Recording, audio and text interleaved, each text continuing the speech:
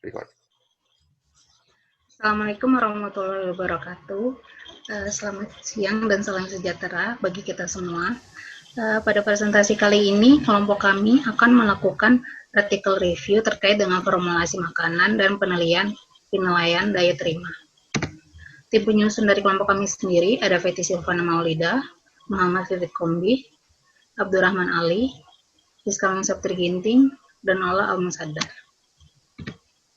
Agenda pada presentasi pada hari ini adalah yang pertama, menjelaskan terkait dengan latar belakangnya, yaitu pengembangan produk, functional food, formulasi, dan uji daya terima. Selanjutnya kami akan menjelaskan terkait dengan ringkasan artikel, yaitu dari deskripsi jurnalnya sendiri, tujuan, metode yang digunakan dari produk dan uji daya terima, lalu penyampaian hasil penelitian. Selanjutnya adalah ke poin utamanya, yaitu review artikel. Yang akan dibahas adalah terkait dengan rancangan percobaan, tahapan percobaan, pemilihan panelis, instrumen, reprodusibilitas, dan persiapan uang dan sarana. Yang terakhir, setelah melakukan review, kami akan melakukan modifikasi instrumen dari jurnal yang telah ada. Yang pertama, saya akan menjelaskan terkait dengan latar belakang pada review artikel pada kali ini.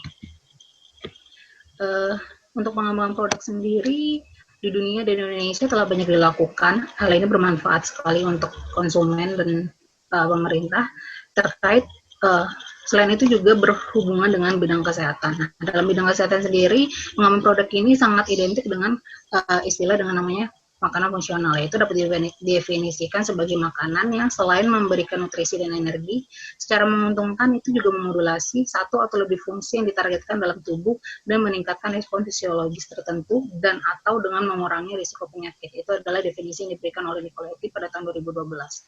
Seperti saya bilang tadi, pengembangan produk ini tidak hanya bermanfaat untuk konsumen, namun juga untuk pemerintah, yaitu dari pengembangan sarana kerja atau penurunan angka pengangguran, lalu juga penurunan biaya pengeluaran biaya kesehatan, dan pengembangan terkait dengan teknologi dari makanan sendiri.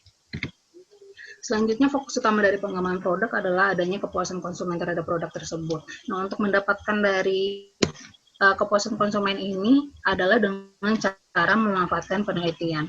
Itu untuk menilai dan mengkonfirmasi reaksi konsumen terhadap produk sendiri. Penelitian dapat dilakukan dalam pengembangan produk ada dari dua, yaitu dari percobaan makanannya dan penilaian konsumen. Untuk percobaan makanan, penelitian dapat dilakukan terkait dengan ragam bahan yang digunakan, parameter pemrosesannya, lalu akan digunakan untuk menemukan kombinasi terbaik untuk menciptakan produk yang diinginkan nantinya, sehingga saat pengembangan produk selesai dilakukan, produk yang akan dibuat itu akan menghemat waktu dan uangnya. Selanjutnya ada terkait dengan penerimaan konsumen. Hal ini berhubungan dengan analisis sensorik untuk mengukur tingkat menyukai atau tidak menyukai produk dari konsumen.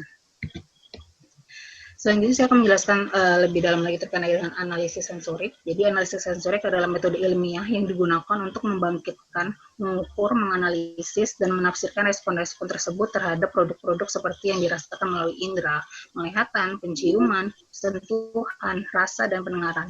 Itu dari Kemp et al. Pada tahun 2011. Selanjutnya, evaluasi sensorik itu dapat dibagi menjadi dua kategori, yaitu pengujian objektif kepada panelis terlatih dan subjektif, yaitu dari konsumen. Nah, pengujian sensorik ini dapat menentukan dampak terhadap produksi skala besar dan akan berdampak pada kualitas sensorik dan atau penerimaan produk dari konsumen. Selanjutnya dari penelitian sendiri yang harus diperhatikan ada dua, yaitu terkait dengan validitas dan reliabilitas. Yang pertama saya akan menjelaskan dengan validitasnya. Nah, validitas tersebut ini dalam pengembangan produk itu dapat merefleksikan hasil pengujian yang harus mencerminkan persepsi dan pendapat konsumen yang mungkin untuk membeli produk nantinya. Validitas terkait dengan ukuran instrumental, variabel proses atau bahan, lalu sasaran produknya, faktor penyimpanan dari produk tersebut, masa penyimpanannya, dan kondisi lain yang diketahui untuk mempengaruhi sifat sensoriknya. Nah, validitas ini harus dapat digeneralisasikan ke populasi yang lebih besar sehingga dapat mewakili konsumen dengan jangkauan lebih gede. Selanjutnya, penggunaan metode dan instrumen yang standar baik dalam percobaan makanan dan uji daya terima itu dapat meningkatkan reliabilitas dan validitas dari suatu penelitian. Selanjutnya, saya akan menjelaskan terkait dengan reliabilitasnya. Reliabilitas dalam pengembangan produk ini diinginkan untuk meminimalkan varian kesalahan dari beberapa pengulangan sebanyak mungkin dan untuk memiliki tes yang memiliki kesalahan paling rendah terkait dengan pengukuran yang berulang tadi. Lalu, reliabilitas ini dapat dicapai dengan beberapa cara, yaitu mengisolasi respons sensorik terhadap faktor yang menarik, lalu meminimalkan pengaruh asing yang mengendalikan dari percobaan tersebut, dan mengendalikan persiapan dan presentasi sampelnya sendiri kepada konsumen. Cara meningkatkan reliabilitas itu dapat dilakukan dengan adanya pelatihan panelis. Seperti yang saya bilang tadi, tujuan utama dari presentasi hari ini adalah terkait dengan review artikel. Review artikel akan membahas terkait dengan pengembangan produk dan uji yang terima, dengan topiknya adalah terkait dengan makanan fungsional, yaitu pengembangan produk mini dengan substitusi tepung ikan teri dan tepung kacang merah berkaitan dengan peningkatan kandungan protein produk dengan respon dengan tujuan penelitian itu adalah pada balita, yaitu pada balita kekurangan gizi. Fokus dari review artikel ini adalah untuk membahas terkait dengan metode, desain, percobaan makanan dan pelaksanaannya, lalu pelaksanaan uji diterimanya bagaimana dan instrumen yang digunakannya seperti apa, serta membahas terkait dengan validitas dan reliabilitas dari instrumen dan penelitian yang ada pada artikel ini. Selanjutnya adalah membahas terkait dengan ringkasan artikel awal yang akan dijelaskan oleh Ola. Yeah, journal description. The title is The Effect of Anchovy Flour and Red Beans Flour, a substance stored with many by acceptance and protein content. The author is Mahmoud Nabil Farajo. The accreditation, the research has received approval from Health Research Ethics Commission, Faculty of Public Health, Erlangen University. The publishing year is 2019. The aims is analyzing the effect of anchovy flour and red beans flour substitution flour with many by acceptance and protein content. Next. The method, the design study, the research is through experimental with a complete random design. Sample size is 25 moms of children under 5 involves as and trained panelists in RWV, RWV, Mojo sub-district, Gopeng, Surabaya. The research sample are mini anchovy and red beans pie with a formula that has been developed. The sample size present on the panels is 12.5 gram for each mini pie formula. Samples had been taken randomly from repetition, result in 3 treatments. Next. The organoleptic test result, the color, panelists prefer a bright color with a white alloy of the filler, F0. F3 is the most liked formula among other substantial formula. Aroma, F0 aroma is 1, and F3 is the typical anchovy smells, for shows the highest rating of all formulas, while F3 and F1 show the highest rating for modified bison with mean 2.68. The texture, the most preferred is F0, F1, and F3. The structure become better when adding the flavor. F0 would mean 3.56, while the highest tasting rate of the modification formula is F2, which is the lowest anchovy substance and highest red beans flour. Next. Next.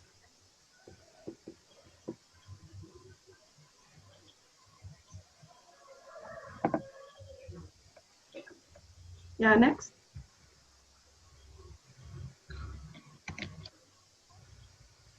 The conclusion, many by substance of anchovy and red beans flour can be used as an alternative to high food protein, because it fills the daily needs of children under the age of 3 by consuming 1.5 pieces or 37.5 gram mini pies per day, containing 158 calorie energy and 3.6 proteins.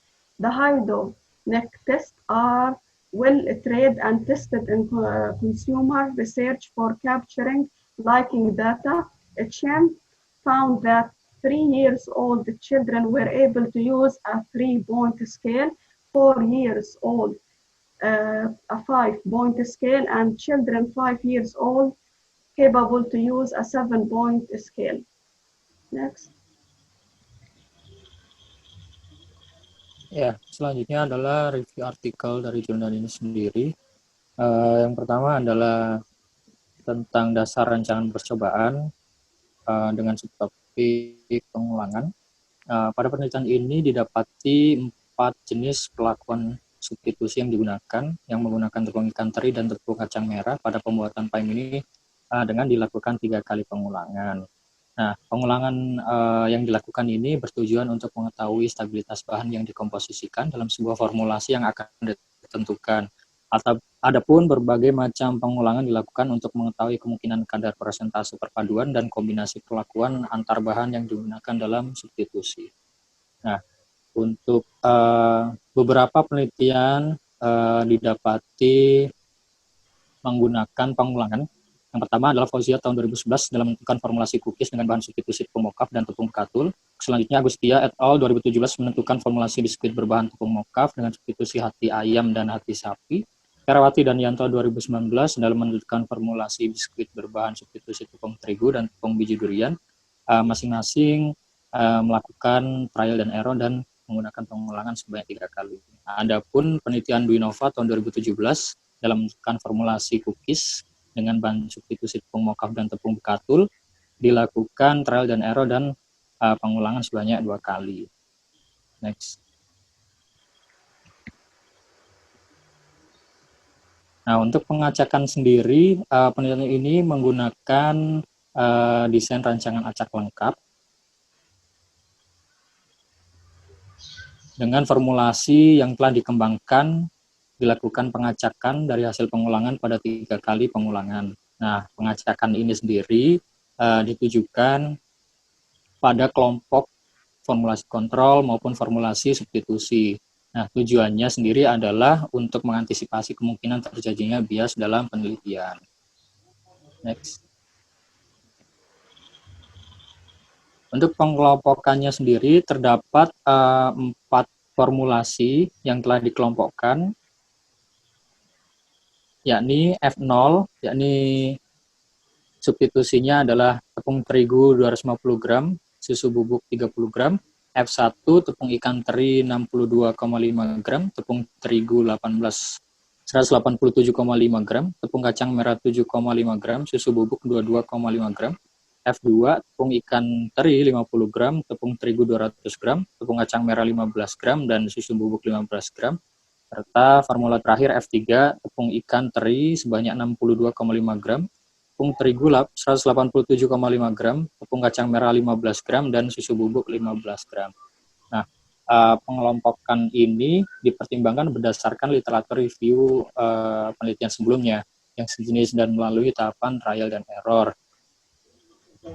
Untuk batas atas formulasi mengacu hasil dan evaluasi yang diberikan pada penelitian sebelumnya, sedangkan untuk batas bawah ditentukan melalui tahapan trial dan error yang dilakukan. Nah, untuk penentuan kelompok atau formulasi mengacu pada penelitian pendahuluan, yakni penelitian Rustanti 2013 pada pembuatan cookies dengan bahan substitusi tepung tempe dan tepung ikan teri. Adapun acuan dari Birnbaum tahun 1998 digunakan untuk menghasilkan tekstur kulit pie yang cukup lembut, ringan, dan flaky. Nah, formulasi produk menggunakan bahan substitusi tepung teri dan tepung kacang merah ini diharapkan menjadi alternatif PMT atau jajanan untuk memenuhi kebutuhan protein pada balita. Next. Selanjutnya adalah tahapan percobaan. Nah, di sini ada tahapan percobaan pendahuluan dan percobaan lanjutan. Untuk percobaan pendahuluan sendiri, dalam penelitian ini dilakukan tahapan trial dan error untuk menguji atau memilih formulasi yang tepat untuk ditetapkan sebagai sebuah formulasi. Nah, pada tahapan trial dan error penelitian di dalam jurnal ini dilakukan pengulangan untuk mengetahui berbagai kemungkinan dan kombinasi antar bahan substitusi dalam perlakuan serta menyesuaikan karakteristik sensoriknya sendiri terhadap subjek yang akan diintervensi. Nah, langkah-langkah ini sudah sesuai dengan penelitian-penelitian yang sejenis. Beberapa penelitian menunjukkan menggunakan pengulangan sebanyak 3 kali dan 2 kali.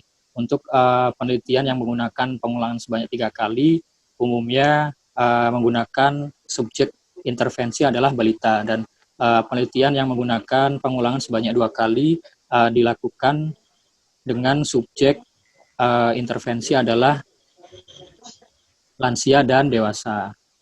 Next. Untuk percobaan lanjutannya sendiri, percobaan lanjutan dilakukan setelah melalui tahapan trial dan error. Nah, sampel berupa PyMini ini formulanya didapati setelah formula dilakukan pengembangan dari penelitian pendahuluan dan melalui tahapan trial dan error yang telah dilakukan. Nah, pada penelitian lanjutan digunakan 4 formulasi terpilih, F0, F1, F2, dan F3 untuk dilakukan uji daya terima produk. Nah, ukuran sampel yang disajikan pada panelis sebanyak 12,5 gram untuk setiap formula PyMini, dan sampel diambil secara acak dari hasil pengulangan pada 3 kali perlakuan. Selanjutnya akan disampaikan oleh Fethi. Ya, selanjutnya adalah panelis. Untuk panelis sendiri, di sini merupakan anggota panel atau orang yang terlibat dalam penilaian. Untuk panelis sendiri ini bertindak sebagai instrumen atau alat yang bertugas untuk menilai sifat maupun produk berdasarkan kesan subjektif. Panelis sendiri ada dari kategori panelis. Dalam kategori di sini, pengujian organoleptik ada 7 macam panelis. Berdasarkan Rahayu 2001, ada panel perseorangan, panel terbatas, panel terlatih, panel agak terlatih, panel tak terlatih, panel konsumen, dan panel anak-anak. Sedangkan pada penilaian uji sensori atau organoleptik pada penelitian ini menggunakan panelis tidak terlatih, yaitu berupa ibu balita. Namun jika dilihat dari tujuan dan produknya, seharusnya menggunakan panel berupa anak-anak, sehingga bisa disimpulkan panelis kurang tepat. Kemudian berdasarkan jumlah panelis, pada kuantitas panelis atau jumlah panelis yang disebutkan tidak terlatih, yaitu berjumlah 25 panelis minimal.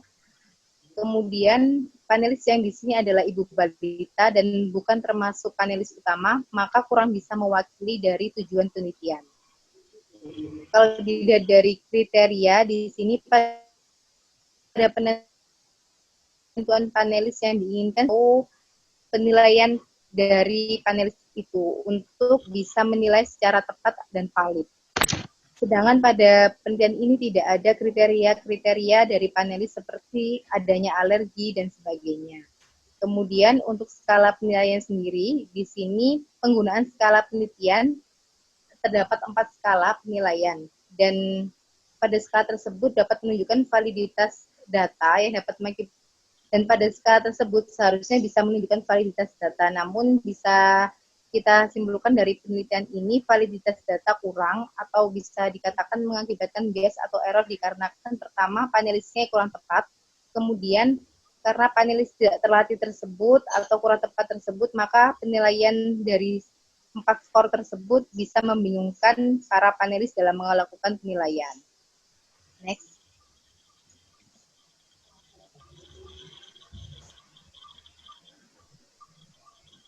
Untuk selanjutnya ini ada pengembangan atau pembanding dari penelitian yang sejenis, yaitu pakai substitusi tepung biskuit MPASI, Kemenkes, dan isolat protein kedelai sebagai alternatif pencegahan KIP pada anak usia 12-24 bulan. Pada penelitian tersebut, panelis tidak terlatih berjumlah 25 orang, namun panelisnya meliputi anak-anak usia 12-24 bulan beserta ibu balita, karena balita tersebut perlu pendamping untuk membantu mereka atau untuk membantu menerjemahkan penilaian dari balita tersebut. Kemudian untuk kategori panelis sendiri, panelisnya sama, merupakan panelis tidak terlatih, namun mereka seperti yang di atas, yaitu menggunakan 2 panelis, yaitu ibu balita dan juga balitanya itu sendiri sebagai panelis utamanya. Kemudian untuk kuantitas dari panelis sendiri, bisa ditambah, yaitu berupa panelis anak-anak. Untuk lebih bisa datanya itu valid dan reliable. Kemudian untuk kriteria panelis sendiri bisa ditambahkan dari kriteria-kriteria seperti adanya alergen, serta untuk panelis sendiri bisa lebih menyebar, karena kalau bisa dilihat di sini yang digunakan sebagai panelis hanya ibu balita di RW 5 Monjo Kecamatan Gubeng yang bisa dibilang datanya akan homogen seperti itu. Kemudian untuk instrumen penilaian atau skala penilaian sendiri, pada penggunaan skala bisa lebih disederhanakan dengan penggunaan 1 atau 2 penilaian saja, seperti nilai 2 untuk untuk suka dan nilai 1 untuk tidak suka, serta apabila ada penambahan panelis berupa balita bisa ditambahkan skala penilaian seperti adanya emoticon untuk membantu balita tersebut atau untuk membantu para panelis menerjemahkan penilaiannya. Next. Akan disampaikan oleh Mas Sufi. Oke, selanjutnya reproduksibilitas. Jadi, next. Dalam melakukan suatu penelitian itu kita kan akan mengumpulkan data-data. Nah, data-data yang sudah dikumpulkan itu tadi harus dievaluasi. Cara mengevaluasi data-data tersebut dapat dilakukan dengan cara pengujian reliabilitas dan validitas. Nah, selanjutnya ini adalah pembahasan jurnalnya. Jadi dalam penelitian yang berjudul pengaruh substitusi tepung ikan teri dan tepung kacang merah terhadap daya terima dan kandungan protein Pi mini, peneliti ini sebenarnya sudah melakukan uji produsibilitasnya dengan cara melakukan pengulangan pemberian sampel sebanyak 3 kali kepada si sampel, dan dilakukan kepada panelis yang berjumlah sebanyak 25 orang. Nah, walaupun sudah dilakukan, namun usaha-usaha yang dilakukan peneliti ini masih kurang maksimal dikarenakan jumlah panelis yang berjumlah di bawah 30 panelis, dan panelis yang terlibat juga adalah panelis-panelis yang tidak terlatih. Oke, next. Nah, secara makna sebenarnya reliabilitas berarti konsistensi, kestabilan, atau kepercayaan. Secara keseluruhan, reliabilitas itu dapat dipahami sebagai pengujian yang dilakukan untuk mengetahui kehandalan alat ukur yang digunakan untuk menghasilkan hasil yang konsisten. Nah, alat ukur yang bertujuan untuk mengukur dan mendeskripsikan sebuah variabel tersebut harusnya memenuhi syarat-syarat seperti yang pertama, masing-masing butir pertanyaan itu hendaknya berkorelasi, sedang satu dengan yang lainnya. Lalu syarat yang kedua adalah masing-masing butir pertanyaan tadi hendaknya berkorelasi dengan skor total pengukuran. Next. Nah, secara makna, reliabilitas berarti konsistensi dan kestabilan tadi ya. Nah, cara mengukurnya itu ada beberapa cara. Yang pertama, pengukuran dengan cara retest reliability. Nah, retest reliability ini merupakan cara yang paling sederhana sebenarnya untuk menguji reliabilitas, di mana menggunakan metode dengan menggunakan kuesioner yang sama diujikan kepada orang yang sama pula, namun di waktu yang berbeda. Nah, di sini caranya simpel, namun memiliki kelemahan-kelemahan. Seperti orang yang diuji dengan pertanyaan yang sama cenderung akan mengingat pertanyaan sebelumnya. Lalu yang kedua, pada saat diuji yang kedua kalinya, pada saat orang tersebut mengalami perubahan mood, itu akan mempengaruhi rasa yang dia rasa pada makanan tersebut. Lalu pengukuran yang kedua yaitu pengukuran yang dilakukan oleh dengan cara intra-observer reliability. Ini dilakukan dengan cara pertanyaan yang sama namun diujikan pada orang yang berbeda. Lalu yang ketiga adalah pengukuran dilakukan oleh 2 atau lebih pengukur yang berbeda. Inter-observer reliability pada kesempatan yang sama. Pengujian secara internal konsistensi reliability ini terdiri dari split half reliability dan koefisien alpha. Oke, next. Nah, ada beberapa metode yang dapat dilakukan untuk meningkatkan reliabilitas si uji reliabilitas tadi. Yang pertama, dilakukan uji coba. Di sini maksudnya adalah penelitian pendahuluan sebagai pilot study untuk diujikan pada produk yang sama. Lalu yang kedua, dengan cara metode melatih pengamat. Jadi pengamat yang digunakan itu adalah pengamat yang terlatih, bukan pengamat yang tidak terlatih. Karena dia dapat lebih spesifik menggambarkan rasa, bentuk, dan tekstur yang dia rasakan. Lalu yang ketiga memilih situasi yang kondusif. Nah, seharusnya penelitian ini dilakukan di kondisi yang baik. Tidak dalam keadaan di mana si pengamat itu dalam keadaan kelelahan atau lingkungan yang berisik dan terkontaminasi dari lingkungan-lingkungan sekitar. Lalu yang keempat adalah standarisasi situasi. Nah, biasanya situasinya itu sudah, karena ini penelitian yang sudah kesekian kali, maka seharusnya standar itu sudah dibentuk, maka sebaiknya digunakanlah standar yang sudah dibentuk itu. Lalu yang kelima, memperbesar sampel. Di sini menurut literatur, sampel yang diharapkan minimal berjumlah 30 panelis. Dan yang keenam, semua kuesioner-kuesioner tadi hendaknya sudah terkalibrasi, teruji secara baik. Lalu pembahasan jurnal yang selanjutnya pada penelitian ini, pengadaan sarana dan prasarana yang standar sebenarnya itu sangat dibutuhkan dalam penelitian ini. Namun pada penelitian ini tidak dijelaskan secara detail apakah mereka menggunakan sarana dan prasarana yang standar. Oke, next. Nah, menurut literasi, denah ruang uji yang digunakan setidaknya memenuhi ruang-ruangan seperti yang pertama ruang penyiapan, yaitu dapur, dan kedua ruang pencicipan, booth area, dan yang ketiga ruang tunggu atau ruang diskusi. Nah, syarat-syarat itu tadi secara umum fasilitas uji sensori harus memenuhi syarat-syarat juga. Yang pertama, menjadikan kegiatan uji sensori itu efisien.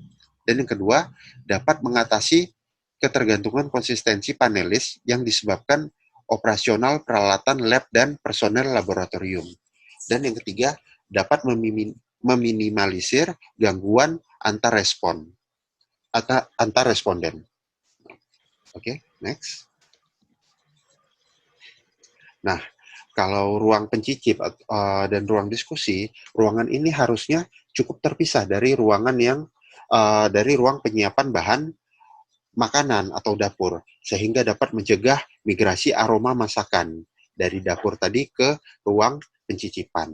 Lalu ruang tunggu, syaratnya ruangan ini seharusnya terletak cukup berjauhan dari ruang pencicipan yang lain untuk mencegah terjadinya gangguan dari panelis yang lain. Lalu yang ketiga, area penyiapan makanan. Ruangan penyiapan makanan ini sebaiknya didesain berdasarkan produk yang akan dievaluasi sensorisnya. Bagian dapur harusnya selalu bersih dan mempunyai sarana yang lengkap untuk uji organoleptik ini. Oke, next. Nah, ini adalah syarat-syarat laboratorium untuk penilaian uji organoleptik berdasarkan SNI 2006. Yang pertama, syaratnya yang harus dipenuhi adalah isolasi. Maksudnya adalah agar tenang, maka laboratorium ini harus terpisah dari ruangan lain. Tidak boleh digabung dengan ruangan-ruangan lain. Lalu yang kedua, kedap suara. Laboratorium itu harus terletak di lokasi yang tenang dan dibangun jauh dari keramaian.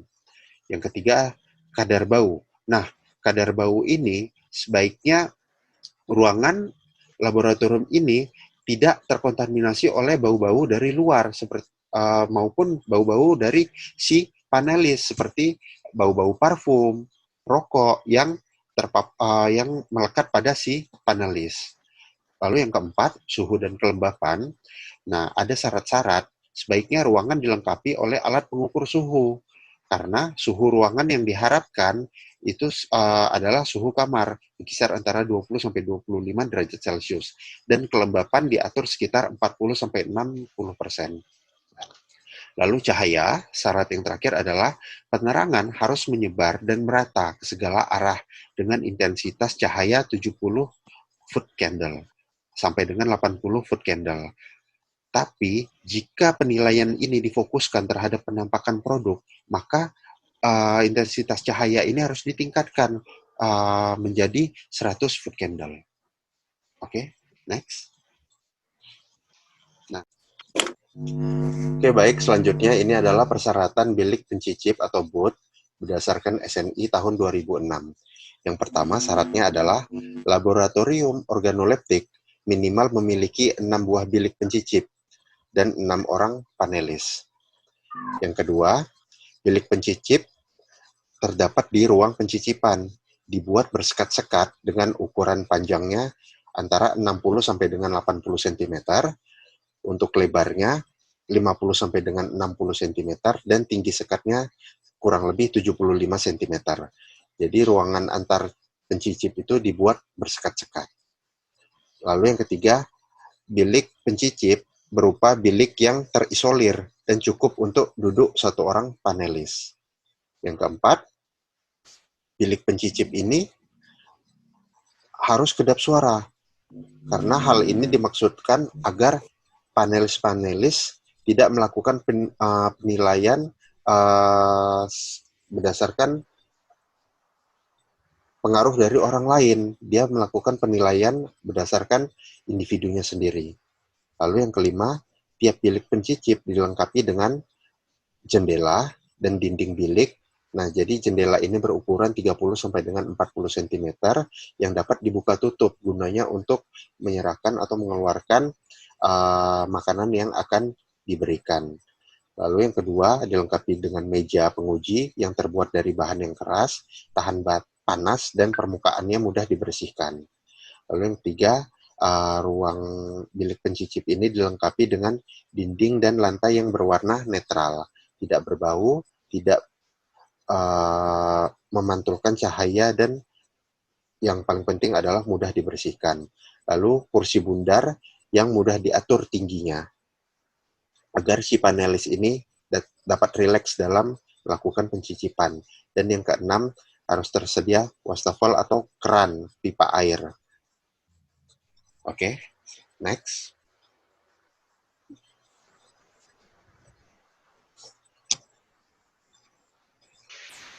Selanjutnya akan disampaikan oleh Rizka.